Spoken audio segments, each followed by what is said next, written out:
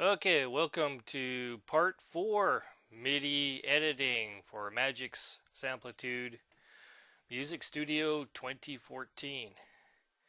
That's a long title. Anyways, now Midi is not my favorite thing to work with, but um, I mean, if you don't have musicians, hey, at your disposal, what else do you do? All right, so last time we were working on this wave file, so let's just put this thing on mute. Hit the M button on your track. Now let's zoom out a little bit so we can see that we have more tracks here. Of course, the MIDI is indicated with the fuchsia, pink, purple, whatever pinky thing color around the red dot on your recording icon. You can see that we had done a little piano piece here. Let's, just in case you forgot what it sounded like, let me get my speakers ready um, to play this thing here. All right, let's hit the, oh, we need play. So here we go.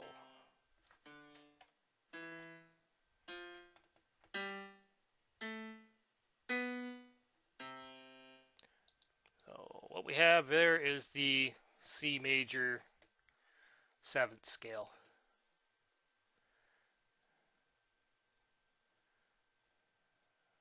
All right.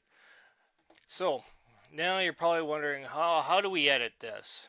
So you'll notice that when you right click on it, you do not have any um, MIDI editing tools at your disposal like the WAV file does.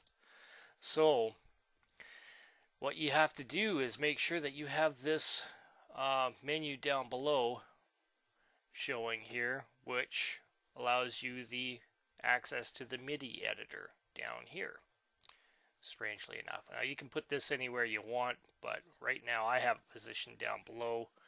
You can take your scroll, bring it up, so you can go ahead and start editing. Now this is the piano editor. There's different types of editing, uh, ways of editing. Here's a score editor. Don't ask me how to um, enter things in with the score. Anybody who I'm usually a guy who uses the piano rule. So let me grab the little. Some of these things are really hard to grab and scroll from. So you can see you have your staff editing interface here, um, which is great for if you want to do it that way. For me, I'm not a big fan of editing with the staff. If you read music, well, great. That's perfect for you. You can go ahead and edit away and do what you want there. Um, let's see. Um, scrolling, moving your mouse over top of each of these notes, and you can see it corresponds with the piano on the side here. Starting with the C note here, you notice that my um, snap is on, which makes things a little easier. I can snap these notes to a length that I want.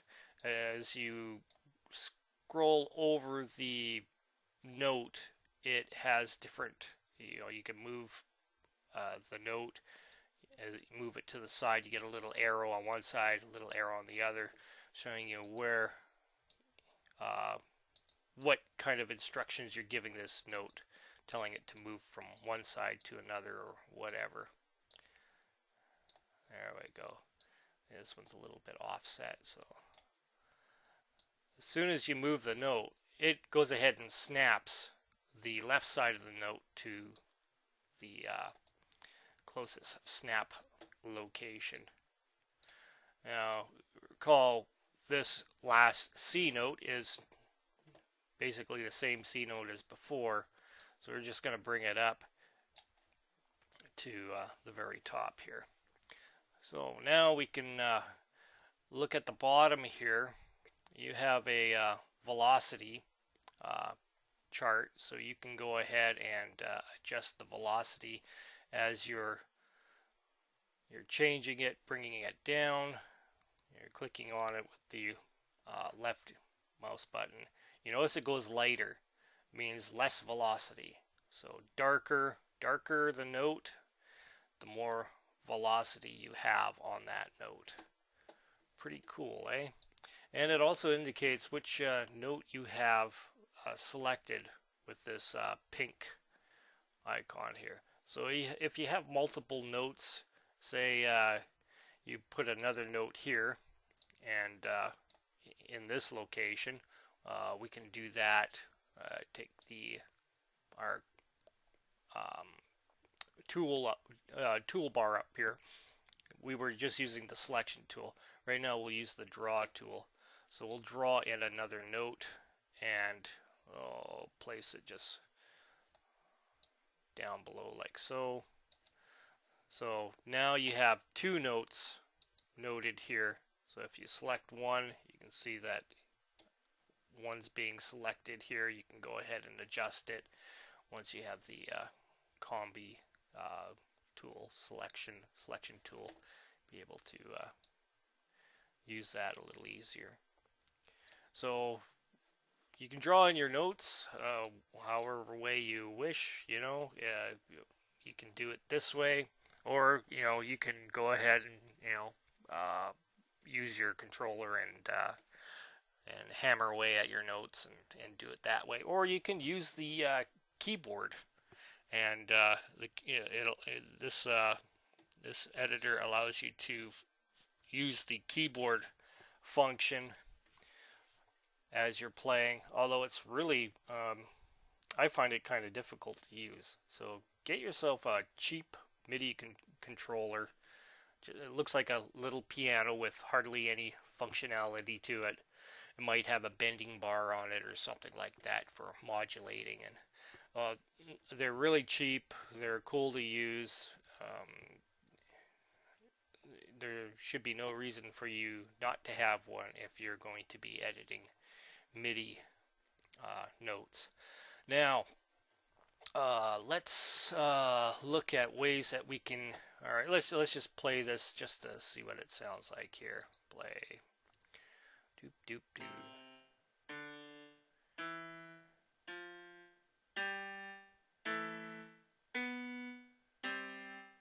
So there you go. Ta-da! Successful MIDI editing. Now it's just a piano right now. However, you can change it to different kinds of instruments. There's a instrument editor button here, but because we do not have anything assigned to it, when we click on it, it will say no instrument. So if we want to assign an instrument, there's a couple ways to do it. You can assign it by, this is going off the screen slightly. This has some of the instruments listed by the type of instrument by the type of synthesizer it's using. So these are all the vital instruments. These are the Vita solo instruments that are loaded in here. This is the Revolta instruments that are loaded in here. This is the DNE1 synthesizer instruments all the way across here. And then there's a brass strings, winds instruments. I'm not too sure if these use like Vital or Vita or anything. Also, there's the ones that you have loaded in your computer. It's a little bit difficult to get over here because I got a very small screen that I'm using. So you can see that all the here we go. Instruments you have access to them here. You can, for example, this one here has an interface. It might be flashing before you because it's got a little bit of a compatibility issue with the XP, I believe. But this one has a keyboard included on it. Some of these instruments, this one's a free one. You can you can use these to type in, like, just press the buttons as it's playing and it'll record. Let's take a listen to what this thing sounds like.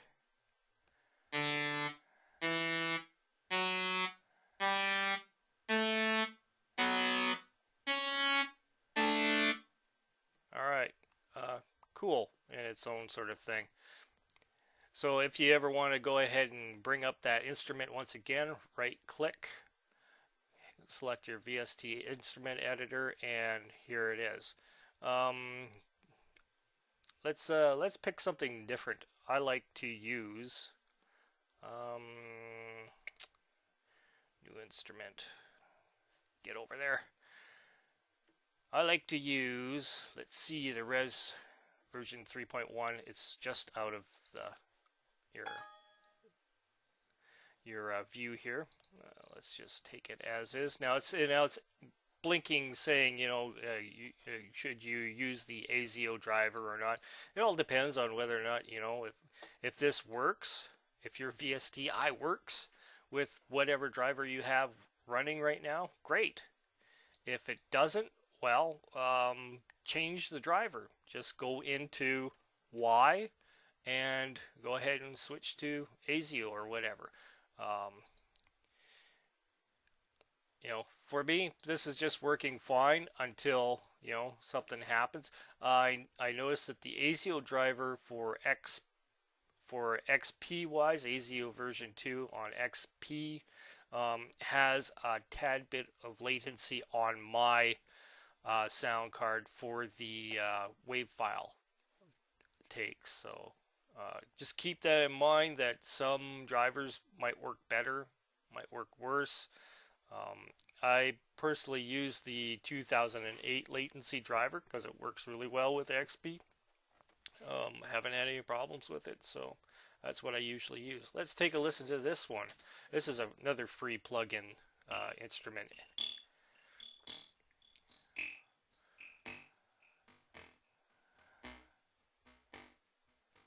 This one's really cool because it's got some really funky programs in it. I like, let's do double treble here.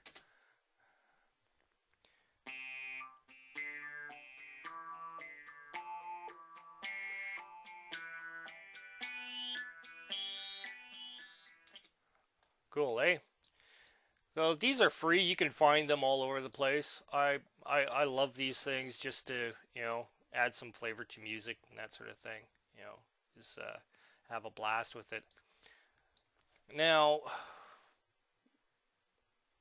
there is another section here where you can utilize instruments. Let's just put that back down here. I'm just trying to scroll it down and see whether or not I can do that. Nope. Let's just close this off entirely. So let's go to the track view here and add something else. We're going to go to the track number 3 here, which we don't have anything on. But now, this Samplitude ships with a bunch of other synthesizers, which you need to go to a different spot here in order to load them in. So, for instance, okay, you can go into plugins here, but this is not where. This is kind of like another spot where you can load in some more VSTi's, which were exactly the same ones that you've seen when you right click in the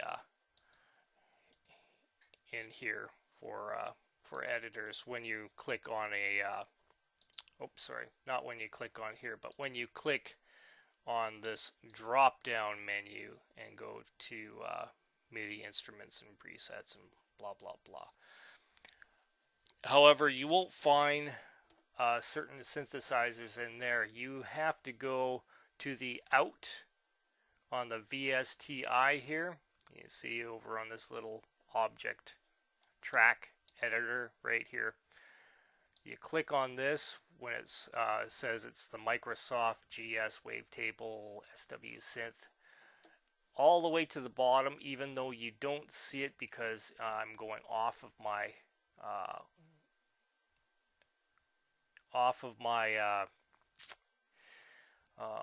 interface here. Well, maybe I can shrink this up and maybe it'll bring it. I doubt it, but I will just do this just in case it does. I don't think it will. No, you won't see it. At the very bottom, there's called object synthesizers. There is a Beatbox 2, a Loop Designer, and a Robota. So I'm going to select a Loop Designer, and instantly the interface shows up. And what it does here is it will pop. You can see it popped in this this loop right here. So this loop is the one that's displaying here on the designer. This thing's cool. You can randomize it up and pick different kinds of kits. I like bigger beat myself because I'm kind of a heavy rock kind of guy. And hit the play button so you can listen to it. You can turn off the bass if you want entirely.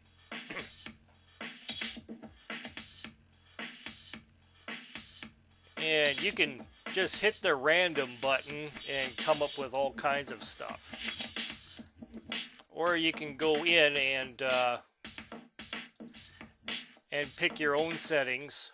You know, you can, as you click, they rise in different spots on the loop.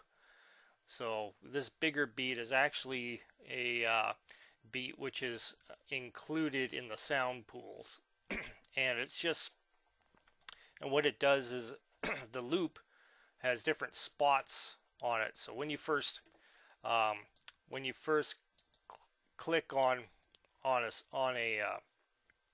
spot here on your timeline, first click will go to the first spot on this bigger beat loop. Second click will go to the second position on the loop, and so on and so on. Further on the loop, further you go, and then there's some stops. There's like a repeat last thing. It's got all kinds of wacky, cool settings that you can use. I'll just set it back to what it was on the other side here. You can change the beat. You can also drag beats into here, although I haven't tried it on this version, but I know in Music Maker, Music Maker MX, I've had problems with dragging beats into here and trying to get them work. They usually get some sort of weird buzzy noise going on, and but you can apparently put in your own. There's a lot of beats, different styles that you can use in here for, you know, whatever you want.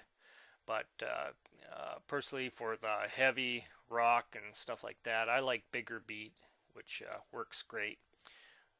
So once you've got your beat figured out, just hit the X and it's positioned in there. You can go ahead and you can copy and then paste, insert another clip, so you got another instance of it over here. Now if you want to do a variation of this beat that you have over here, you can double click, and now you will be able to alter this clip slightly if you want some variance in it, and so on and so forth. This one only has 2 measures to it, so it's kind of limited in the length that you can edit in, which is fine, because you can just keep on, scrolling this out as long as you want if you really needed to, and make it as long as you want it to be. So that's just Loop Designer. There's the Beatbox, and there is the Robota as well. And all of them have cool things. Just to keep this short, I'm just showing you this for right now. Now there's a bunch of little settings here on the Midi indicator, the ins, drum map, the banks, all that kind of stuff. I mean, there's a lot involved here. If in different inputs, I mean, this is just for audio, but you also got plugins as well, so you can go ahead and add delays. You can go ahead and add a reverb delay, the rack reverb delay, and let's just do something totally random here. So now when you play, the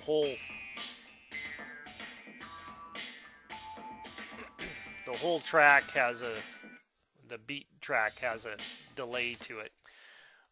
You can also do the same thing and add effects individually to each take. So if you wanted to put in a parametric EQ, let's do this, and we'll cut some of the high end off of that drum, and we'll go ahead and give it a peak. I don't know what usually you don't do this, but I'm just adding something extremely different so you can hear it. And let's just select this whole thing. So we just play this section, and you'll hear the difference. And you hear it was more tinny, now it's more, full, thick sounding. So each take can be EQ'd separately for different sounds and different effects put on them. You could even let's see, you could even do a pitch shift to this stuff as well. Doing resampling to it. So there's a lot of variety here. There's a lot of stuff that you can do on this level of editing. Further on will be mixing, and that adds even more effects to your tracks, balancing and all that sort of stuff. And wow, it's like there is a lot of stuff that you can do in here. I mean, there's tons that you can do in just the track editing. But when you get into mixing and mastering, it's like endless possibilities here of different things that you can do with mixing your tracks together. So we'll keep this at 24 minutes, and this is just tip of the iceberg stuff. You can get really there's lots of settings and stuff. There's just so much stuff in here. I just cannot it just totally baffles me what kind of things you can do with this MIDI editing. So we'll just keep it at the simple stuff. I mean, I'm sure people that know how to do MIDI editing, themselves, will go in here and start, toying around, tweaking out the settings, figuring everything out themselves. Just too many settings for me to deal with. I'm an audio kind of guy. I like to record a lot of my stuff through Samplitude, and just use stuff like drum sample, like drum synths, just like this, to go ahead and fill out my music, and maybe a little bit of synthesizer, just by using my keyboard and putting like in my favorite VSTi instrument to it, and away I go. So lots of in-depth stuff that you can get into here with panning and all that kind of stuff. So hopefully that gives you an idea of just the surface of what you can do with MIDI and enough so that you can start editing yourself. Alright, so next we will go to mixing, and hopefully I'll have that one up soon. Okay, thanks for watching. Bye.